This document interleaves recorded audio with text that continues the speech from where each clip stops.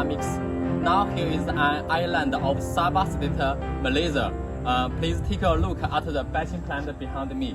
It was built by Aimix. Aimix uses the technology of modular assembly.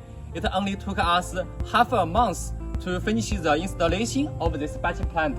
Let's take a closer look at it.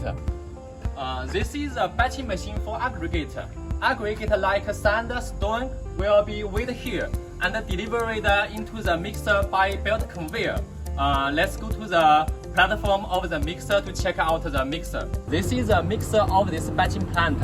It was manufactured by Aimix with high quality. Actually, the volume of this mixer only 0.75 cubic meter, but it can produce concrete 35 cubic meters per hour. So it works very good and efficiently. Our client love it very much and very satisfied with this batching plant. This is Mr. Mo from Modular company. Mr. Mo is a supervisor of this batching plant.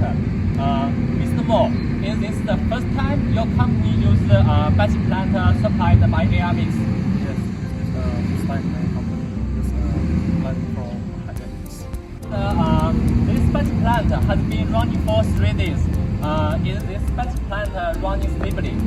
Yes, batching plant is stable and then it's complete very good.